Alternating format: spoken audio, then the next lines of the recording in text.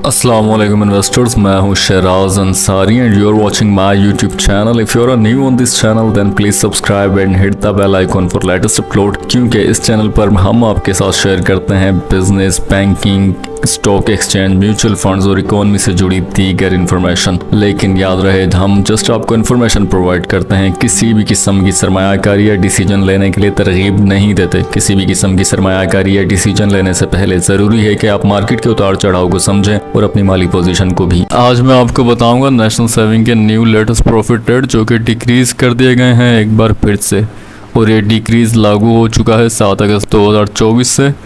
Profit की इसी गिरती हुई शरह की वजह से वीडियो के अख्ताम पर मैं आपको बताऊंगा पाकिस्तान के टॉप 3 ऐसे म्यूचुअल फंड्स जिनका पोर्टफोलियो जो है वो बहुत ज़बरदस्त है और इन्वेस्टमेंट के लिहाज से वो बेहतरीन म्यूचुअल फंड्स हैं, और जो रिस्क प्रोफाइल है उसके अंदर मीडियम है, यानी कि मीडियम रिस्क है। क्योंकि मुझे पता है कि नेशनल सेविंग का जो इन्वेस्टर है वो ज़्यादा रिस्क नहीं लेना चाहता और ज़्यादा रिस्क ले भी नहीं सकता, क्योंकि एक छोटा इन्वेस्टर है जो नेशनल सेविंग के अंदर इन्वेस्ट करता है। इसी वजह से मैं आपको जो 3 ऐसे म्यूचुअल फंड्स का बता रहा हूँ उनका जो रिटर्न है वो लगभग 30% है सालाना। तो अगर आप सरमायाकारी करना चाहते हैं म्यूचुअल फंड में तो वीडियो को एंड तक देखें और देखिएगा कि 3 कौन से ऐसे म्यूचुअल फंड्स हैं जिनके बारे में मैं आपको बताऊंगा, और आप इन्वेस्टमेंट कर सकते हैं उन म्यूचुअल फंड्स में। अपने इसी नेशनल सेविंग के प्रॉफिट को अगर आप म्यूचुअल फंड में इन्वेस्ट कर दें तो कुछ नहीं जाता। एक चांस लेके देखें, आप सीखेंगे भी, लर्निंग भी होगी आपकी। लेकिन मैं आपको रेकमेंड करूंगा कि आप लो और मीडियम रिस्क वाले म्यूचुअल फंड्स के अंदर सरमायाकारी करें। इस वीडियो के अख्ताम पर मैं आपको मीडियम रिस्क के म्यूचुअल फंड्स बताऊंगा। अगर आप चाहेंगे तो मैं आगे नेक्स्ट आने वाले दिनों में लो जो रिस्क वाले म्यूचुअल फंड्स हैं उनकी भी डिटेल आपके साथ शेयर करूंगा। लेकिन उससे पहले हम बात कर लेते हैं प्रॉफिट रेट पे, जो हमारा वीडियो का मेन टॉपिक है। सबसे पहले बात करें स्पेशल सेविंग सर्टिफिकेट और अकाउंट की, तो इसके प्रॉफिट रेट में कोई चेंजिंग नहीं की गई। ये एक 3 साल मेच्योरिटी बेस्ड इन्वेस्टमेंट है, यानी कि हर 6 माह के बाद इसका प्रॉफिट आपको मिलता है।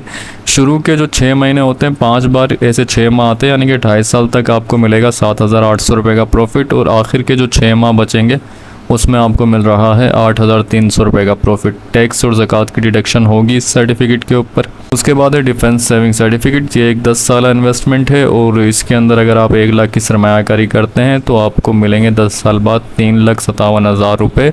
1 लाख आपकी प्रिंसिपल अमाउंट होगी और 2,57,000 रुपये का प्रॉफिट होगा।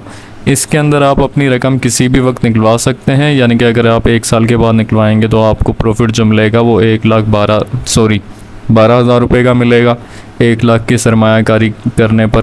तो आप देख सकते हैं, अगर आप बीच में भी आपका इरादा होता है तो आप निकलवा सकते हैं इसका अपना जो प्रिंसिपल अमाउंट है उससे भी और प्लस प्रॉफिट भी। लेकिन एक बात जहन में रखनी है कि कोशिश करें कि सर्टिफिकेट में इन्वेस्ट ना करें, क्योंकि लॉन्ग टर्म में और आने वाले दिनों में टैक्स का कुछ नहीं पता, हो सकता है टैक्स मज़ीद बढ़ जाए तो फिर प्रॉफिट इतना नहीं बचेगा।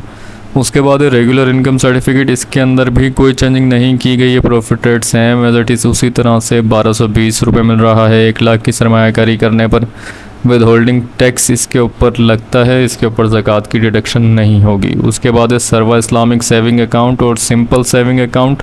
सर्वा का जो रेट इसका डिक्रीज़ हो चुका है और उसके बाद सेविंग अकाउंट का भी डिक्रीज़ है, 19% हो चुका है अब इन दोनों अकाउंट्स का। जो प्रॉफिट है सर्वा के अंदर एक्सपेक्टेड है और सेविंग अकाउंट के अंदर जो है वो फिक्स है 19%। सर्वा तो वैसे फ़िलहाल अभी क्लोज़ हुआ हुआ है, लेकिन जो पुराने इन्वेस्टर हैं इसके उनको ये 19% के हिसाब से प्रॉफिट दिया जाएगा। उसके बाद है पेंशनर बेनिफिट और बहबूद और शोहदा फैमिलीज़।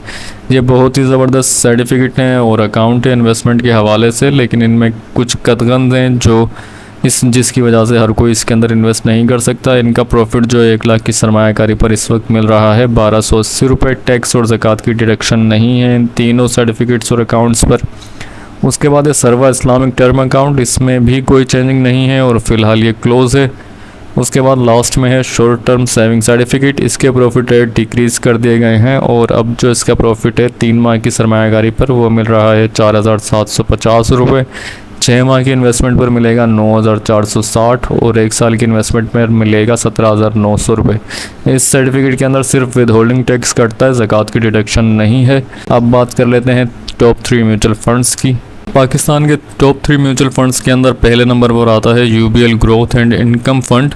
और इसके अंदर जो रिटर्न मिला है वो 30.39% मिला है। इसकी नेव जो है वो 105 रुपये है। उसके बाद है Faisal income and growth fund.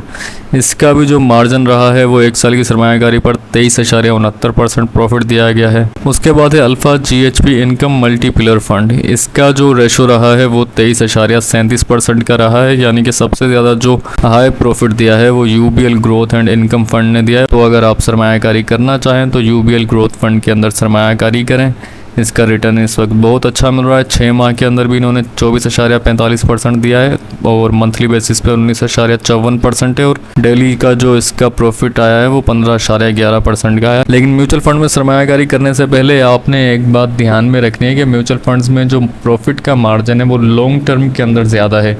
और अगर आप शॉर्ट टर्म में करना चाहते हैं जैसे 2-3 महीने 6 महीने के लिए, तो उसके अंदर प्रॉफिट आपको इतना नहीं मिलेगा। लॉन्ग टर्म के अंदर क्योंकि मार्केट में फ्लैक्चुएशन आती रहती है तो उस हिसाब से अप्स एंड डाउन्स चलते रहते हैं। तो लॉन्ग टर्म के लिए म्यूचुअल फंड्स की इन्वेस्टमेंट आपके लिए बहुत ज़्यादा फ़ायदेमंद रहेगी। अगर म्यूचुअल फंड्स के हवाले से और मज़ीद डिटेल आप देखना चाहते हैं तो चैनल पर हम पहले से मौजूद है म्यूचुअल फंड्स के हवाले से डिटेल वीडियोज़, आप उन्हें भी देख सकते हैं। और गाहे बगाहे में म्यूचुअल फंड्स के बारे में आप लोगों को आगाही प्रोवाइड करता रहता हूँ। अपना बहुत ज़्यादा ख्याल रखेगा। अल्लाह हाफिज़।